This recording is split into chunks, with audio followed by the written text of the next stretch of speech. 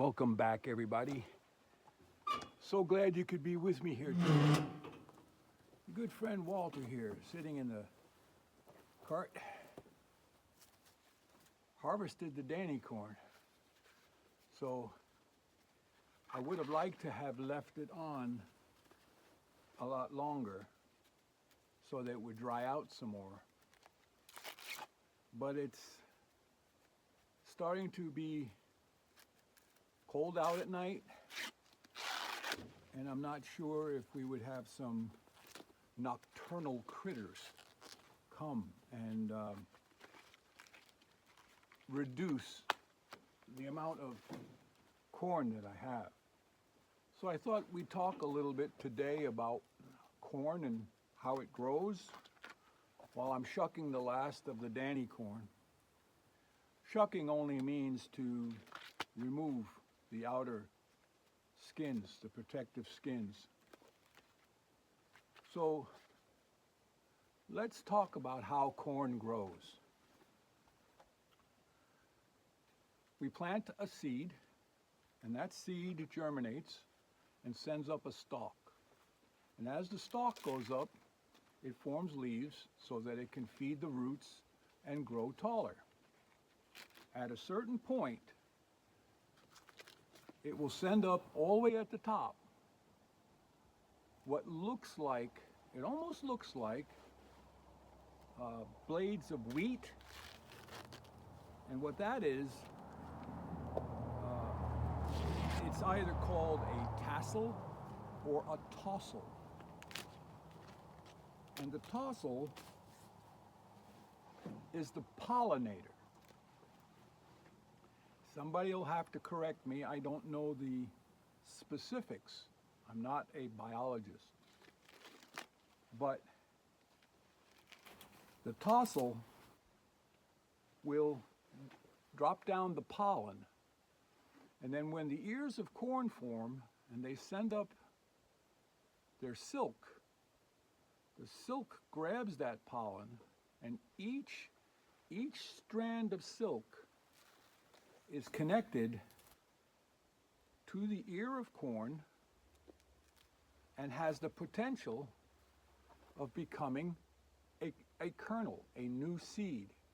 So one seed, if you only get one ear of corn from a corn plant, one seed becomes hundreds.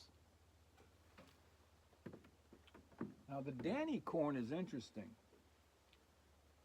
You sometimes get dark red, sometimes you get more of a mixture of red and blue and yellow, and sometimes it's more white.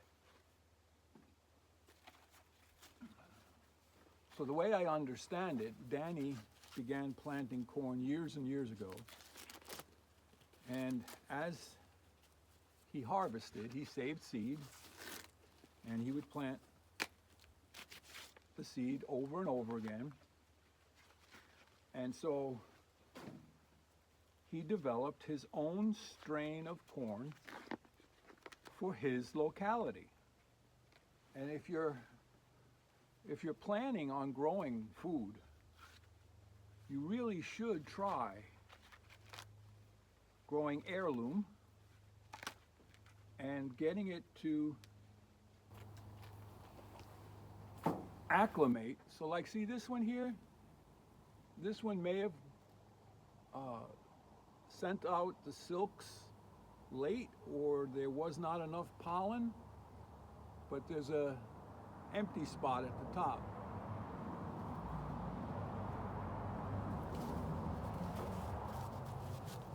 So this corn was not originally grown here in Pennsylvania. It was down in Mississippi towards Louisiana.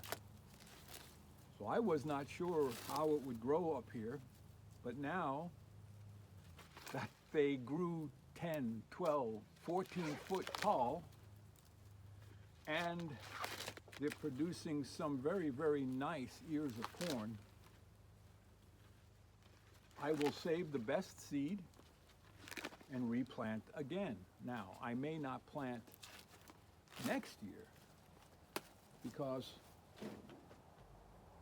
this is corn for what I call cornmeal corn, or for polenta. And we don't use hundreds of pounds of that a year. So you can see all the silks. Each one of those has the potential of being a kernel of corn. So this one has some gaps. So it didn't get 100% pollinated at the top, but there's some beautiful white corn there.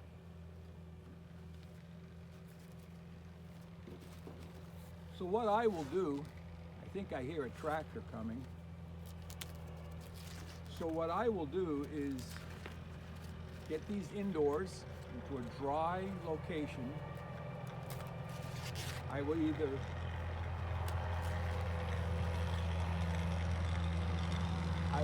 put them up on a rack. Actually was a skid loader. I will either put them up on a rack, or I may make a board with nails in it and put each of these on a nail.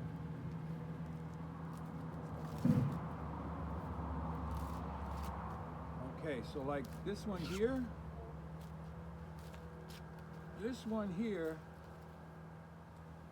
must have gotten some water in the top, a little bit of rotten at the top. So what I'll do is I'll cut that off. But you can see the nice mixture of colors of kernels.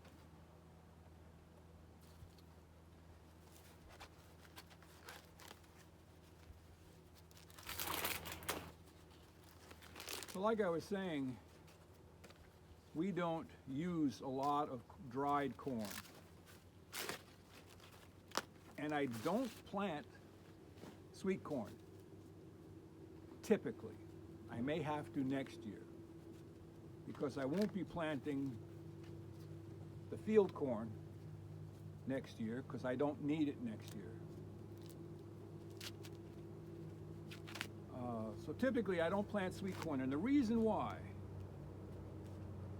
it's sort of a selfish reason, but I don't like sharing my sweet corn.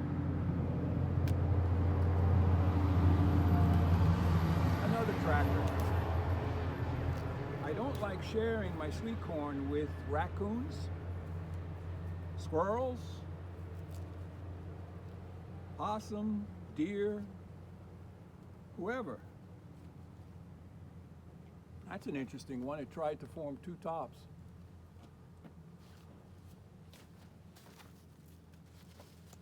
And since I don't generally eat sweet corn for my own personal reasons,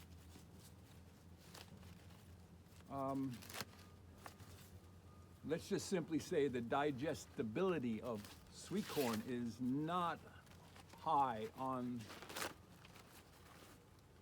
the food chain. In fact, corn, if you try to survive just on corn, you will get sick.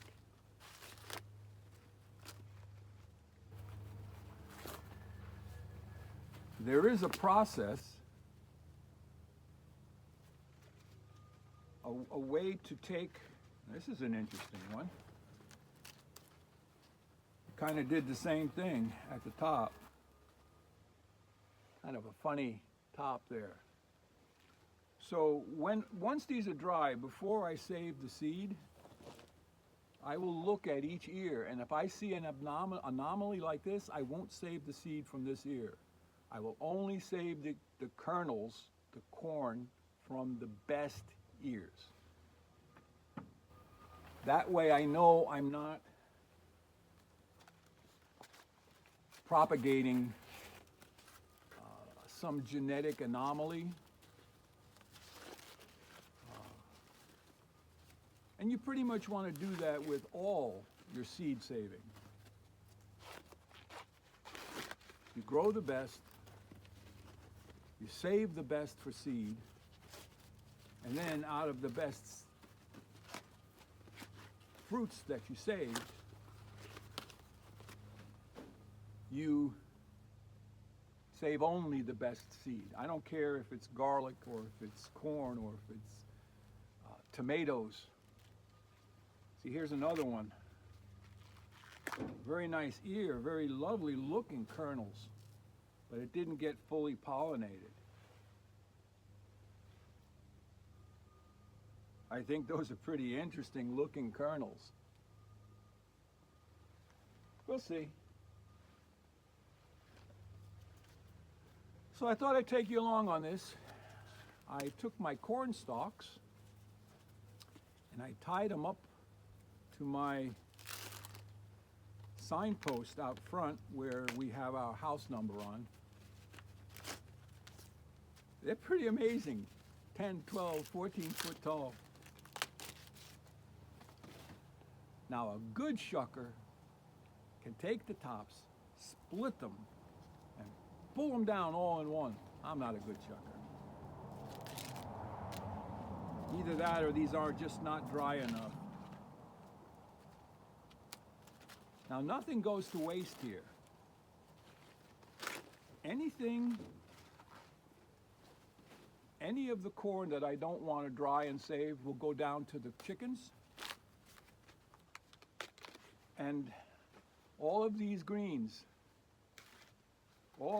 these greens, now there's a beauty. Look at that. There's a beauty. All of these greens will go to the horse and donkey. Last one. That's a big one. About a foot long.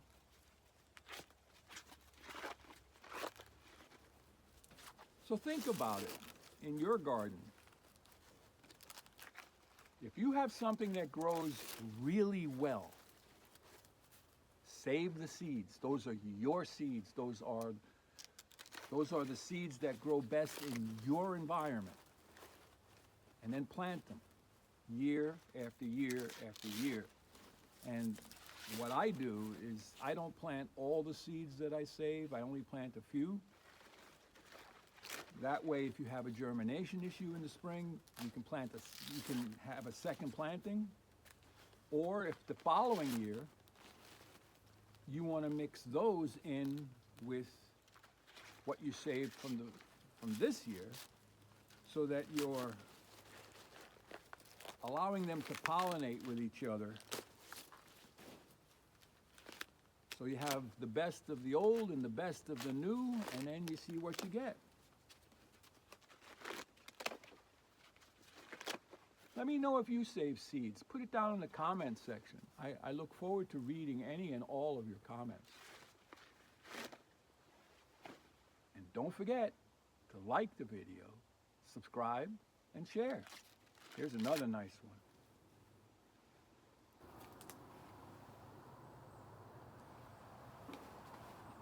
So that's about a 9-inch ear.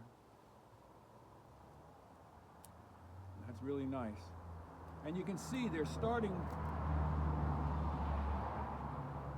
if you look close, you can see they're starting to indent, which means they're starting to dry. They're past your what we call like a sweet corn stage, and they're starting to dry, and they indent, and that's why you'll find people calling this dent corn, and some people call it flint. Don't know where all the names come from, but I'm very grateful for the crop we got. Very grateful. Feeling so blessed, and I hope you are having a good day, and we pray for any and all of you who might be suffering from the past storms that have been through, and we wish you all the best. in your recovery. So that's about it for today. We got a car going by. That's what happens when you live on a road. That's about it for today. Thanks for coming along. And I'm wishing you all the best today.